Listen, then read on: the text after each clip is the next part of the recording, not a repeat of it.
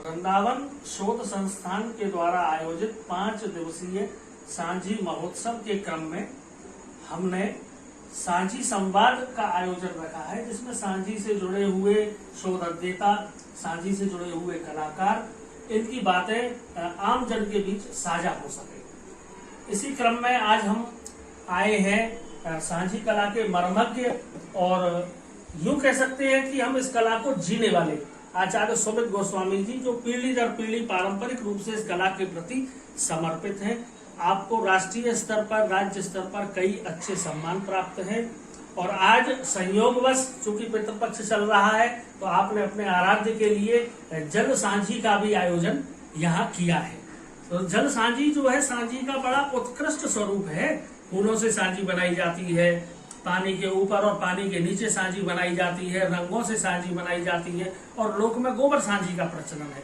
ये जल सांझी है। मैं खुद सुमित जी से कहना चाहूंगा कि ऊपर से विश्वास नहीं होता कि आप थोड़ा अनुभव कराएं हमें कि ये जल सांझी है। लोग एकदम से मानते नहीं है।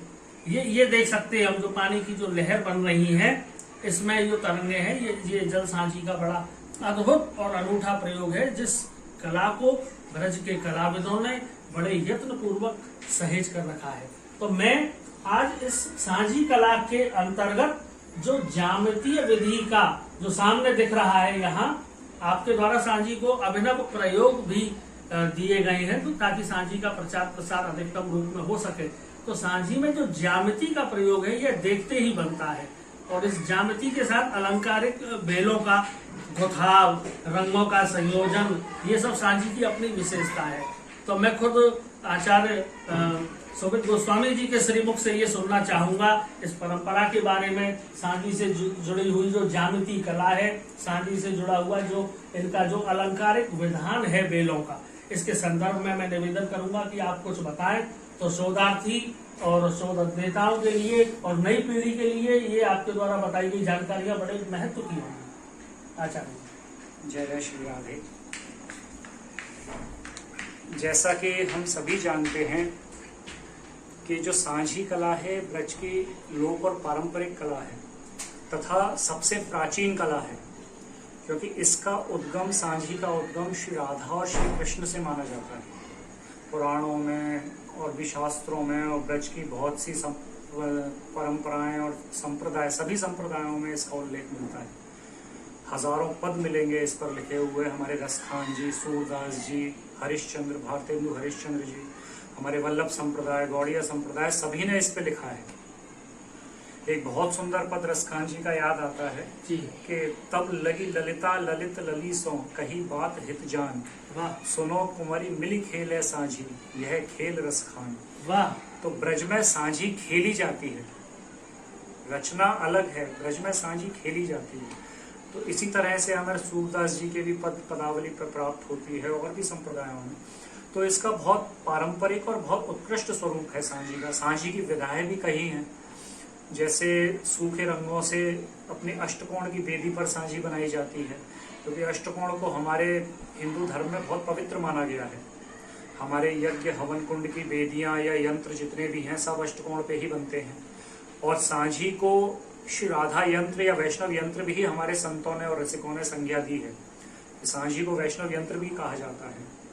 इसके बीच में अष्टकोण पर जो बेलों से सजावट होती है, ये एक कलाकार होने से ज्यादा आपको थोड़ा टेक्निकल माइंडेड भी होना पड़ेगा जी, क्योंकि ये जो अष्टकोण के ऊपर जो बेल बनी है, ये तो एक सिंगल बेल है, वहां 2 बेल हैं और वो स्टार शेप में, मतलब इसकी कई विधाएं हैं, सैकड़ों डिजाइन्स हैं इसकी। और इसकी चाल जो है वो बहुत महत्वपूर्ण है। यदि आप यहाँ कैमरा करेंगे तो मैं आपको दिखाऊंगा। इसमें तो एक बेल है तो समझ में कम आएगा, लेकिन फिर भी आप देख सकते हैं इनका जो मूवमेंट है। जैसे यहाँ गया तो ये नीचे चला गया, ये ऊपर है, नीचे गया, फिर ये पलट के ऊपर आया, फिर यहाँ नीचे हो गया, यहाँ ऊपर। ये दबी दाबी भी, ये दबी दाबी, हाँ, ये दबी दाबी का खेल बहुत है जी जी। यही टेक्निकल फॉर्म है, क्योंकि बेल बनाना ही महत्वपूर्ण नहीं है, बेलों की चाल याद रखना बहुत महत्वपूर्ण है। कहीं भी एक बेल 2 बार ऊपर नहीं होगी और 2 बार नीचे नहीं होगी। चाहे आप कोई भी स्वरूप देख लें इतनी सांझी में, सभी में ये आपको ध्यान रखना है कि एक बार नीचे एक बार ऊपर, चाहे 6 बेल हो चाहे 8 बेल हो। अभी एक स्वरूप दिखाता हूं मैं, ये 6 बेल का स्वरूप है। अभी तो ये एक बेल का था, इसमें 6 बेल गुथी हुई हैं और इनका मूवमेंट भी आप देखेंगे तो एक बार ऊपर एक बार नीचे। देखिए गुलाबी बेल है, ये नीली के नीचे हो गई, फिर यहाँ हरी के ऊपर हो गई, फिर यहाँ इसके नीचे हो गई या नीली के ऊपर हो गई, फिर पीली के नीचे, पीली के नीचे हो गई। तो इसी तरह से हमें इनका स्वरूप देखते हुए चलना पड़ता है। फिर यहाँ पीली के नीचे, फिर यहाँ नीली के ऊपर, हरी के नीचे, फिर यहाँ पीली के ऊपर। तो ये बहुत टेक्निकल चीज है। और उसके बाद फिर श्री राधा की लीला है। इसके पीछे ब्रज में ये कहा जाता है कि जब श्री कृष्ण वृंदावन छोड़ के चले गए थे, पहले तो श्री राधा सांझी बनाती थी श्री कृष्ण के स्वागत के लिए। जैसे आज भी दक्षिण भारत में आप देखेंगे या हमारे यूपी में भी हम देखते हैं कि संध्या के समय घर की जो महिलाएं हैं वो अपने पति के या अपने स्वामी के वेलकम के लिए घर के बाहर रंगोली बनाती हैं। तो ऐसे ही श्री राधा श्री कृष्ण जब गौचारण करके आते थे तब उनके स्वागत के लिए, अपना प्रेम व्यक्त करने के लिए वो फूलों से और रंगों से सांझी बनाया करती थी। और ये सबसे महत्वपूर्ण बात है कि सभी शास्त्रों में, श्रीमद् भागवत में, सभी में, श्रीमद् भागवत की कथा भी सुन लें या कोई भी प्रसंग सुन लें तो हमेशा यही आता है कि श्री कृष्ण ने श्री राधा के लिए लीलाएं की हैं, उनको प्रसन्न करने के लिए। परंतु सांझी एकमात्र ऐसी लीला है जो श्री राधा ने श्री कृष्ण के लिए की है। और हमारे गौड़ीय शास्त्रों में और सूरदास जी के पदों में तो ये भी वर्णन आता है कि श्री कृष्ण ने गोपी रूप धर के और श्री राधा के साथ मिलकर सांझी का निर्माण किया है, अंकन किया है। तो जब श्री कृष्ण वृंदावन छोड़ के चले गए थे और फिर वापस नहीं आए तो श्री राधा ने, ये दार्शनिक स्वरूप है सांझी का, कि प्रकृति और पुरुष के सामंजस्य के लिए, क्योंकि सभी विहल थे, प्रकृति भी विहल थी और बाल बाल भी सब, सखियां सब विहल थे, तो उस सामंजस्य को बिठाने के लिए अपनी लीलाएं उस सांझी के मध्य में बनाई। इसीलिए सांझी को श्री राधा का प्रतिरूप मानकर और उसी तरह से जैसे मंदिर में हम पूजा सेवा आरती करते हैं ठाकुर जी की, उसी तरह से संध्या के समय गोधूली बेला में, क्योंकि सांझी का शाब्दिक यदि अर्थ लें तो सांझी अर्थात सांझ, जो गोधूली बेला होती है उसी समय पर सांझी का दर्शन होता है। और एक सांझी का तात्पर्य है साज सज्जा और सजावट, मीन्स डेकोरेशन। तो इसी साज सज्जा के साथ संध्या के समय श्री सांझी का दर्शन होता है, उसकी आरती होती है, उसकी पूजा होती है, प्रसाद वितरण होता है, सांझी पद गायन होता है। ये पूरा पारंपरिक स्वरूप है ब्रज के जितने भी उत्सव हैं उसमें सांझी महोत्सव भी मिश्रित है। सांझी महोत्सव भी वर्ष में एक बार हम मनाते हैं। जी आचार्य जी, मैं एक जानकारी आपसे और चाहूंगा कि सांझी का जो मध्य भाग है इसे प्राय हौत कहते हैं। हौत कहते हैं। तो इसमें ठाकुर जी की किन किन लीलाओं का अंकन होता है, उनके बारे में आप थोड़ा।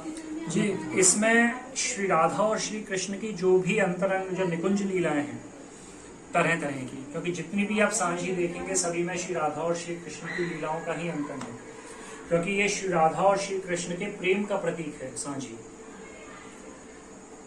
इसलिए इसे सांझी को हम श्री राधा का प्रतिरूप मानकर पूजा करते हैं। और ज्यादा राधा है ऐसी मान्यता है, जब सांझी बनती है तो श्री राधा का तो प्रतिरूप है ही, और जहाँ राधा है वह कृष्ण है। तो जब भी सांझी का दर्शन हम करते हैं तो श्री राधा और श्री कृष्ण की प्रत्यक्ष अनुभूति हमें प्रतीत होती है। ऐसा ब्रज का भाव है और उसी भाव से हम इस सांझी को आगे बढ़ाते हैं और उस परंपरा को निभाते हैं। तो ये चित्रण 16 दिनों तक चलती है।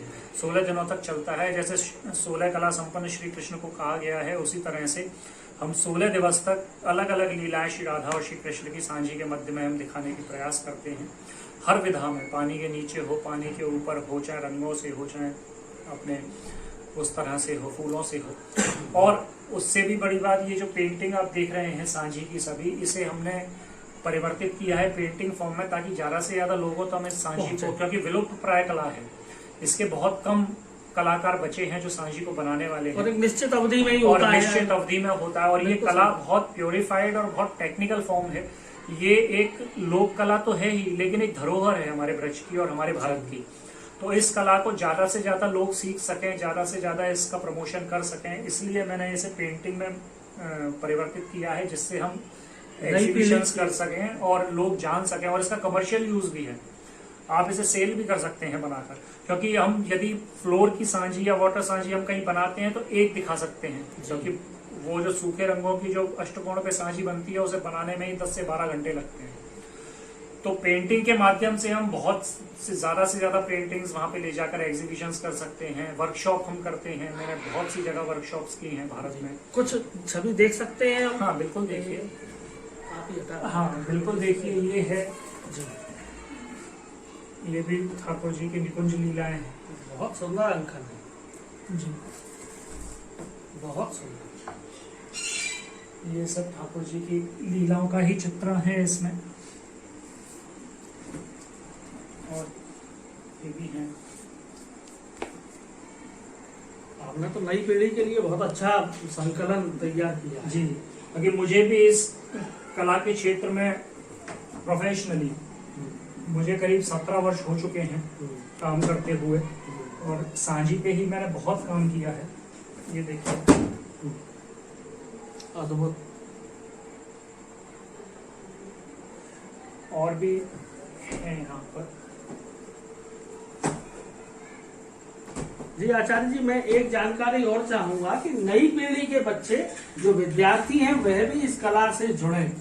जी इसके लिए भी बिल्कुल, प्रयास- इसी के लिए भी हम प्रयास कर रहे हैं। और आपको तो पता है, आपके शोध संस्थान में भी हमने 3-4 वर्कशॉप्स की हैं, जी जी जिसमें, और हमें तो बहुत खुशी थी कि आपके सुपुत्र तो बहुत छोटे थे जब आते थे, और उनका इतना मन था उसे सीखने का, और हमें बहुत प्रसन्नता भी हुई जब उन्होंने परफॉर्म किया, हमने उन्हें देखा बनाते हुए। तो बच्चे सीखेंगे, और उसी के लिए हम वर्कशॉप्स करते हैं। अभी मेरी बनारस में 2 वर्कशॉप्स होके चुकी हैं। मैंने कुरुक्षेत्र में, दिल्ली में भी कई जगह पर सेमिनार वर्कशॉप्स कभी किए हैं, एग्जीबिशंस भी किए हैं ICCR में। तो उसी सिर्फ इसीलिए कि ज़्यादा से ज़्यादा लोग इससे जुड़ सकें और इस कला को आगे बढ़ा सकें। ऐसे प्रमोशन की बहुत आवश्यकता है, क्योंकि ये इस तरह से मंदिर देवालयों जो तक ही समन्वय सीमित का भाव लगा, जो आपने थोड़ी देर पहले मुझे एक पद सुनाया रसखान का, है। जी एक बार हम और सुनना चाहेंगे आपके श्रीमुख से। जी, कि तब लगी ललिता ललित लली सो, कही बात हित जान, सुनो कुंवरी मिली खेले सांझी, यह खेल रसखान। बहुत सुंदर, बहुत बहुत धन्यवाद आपका सुमित जी, बहुत सुंदर।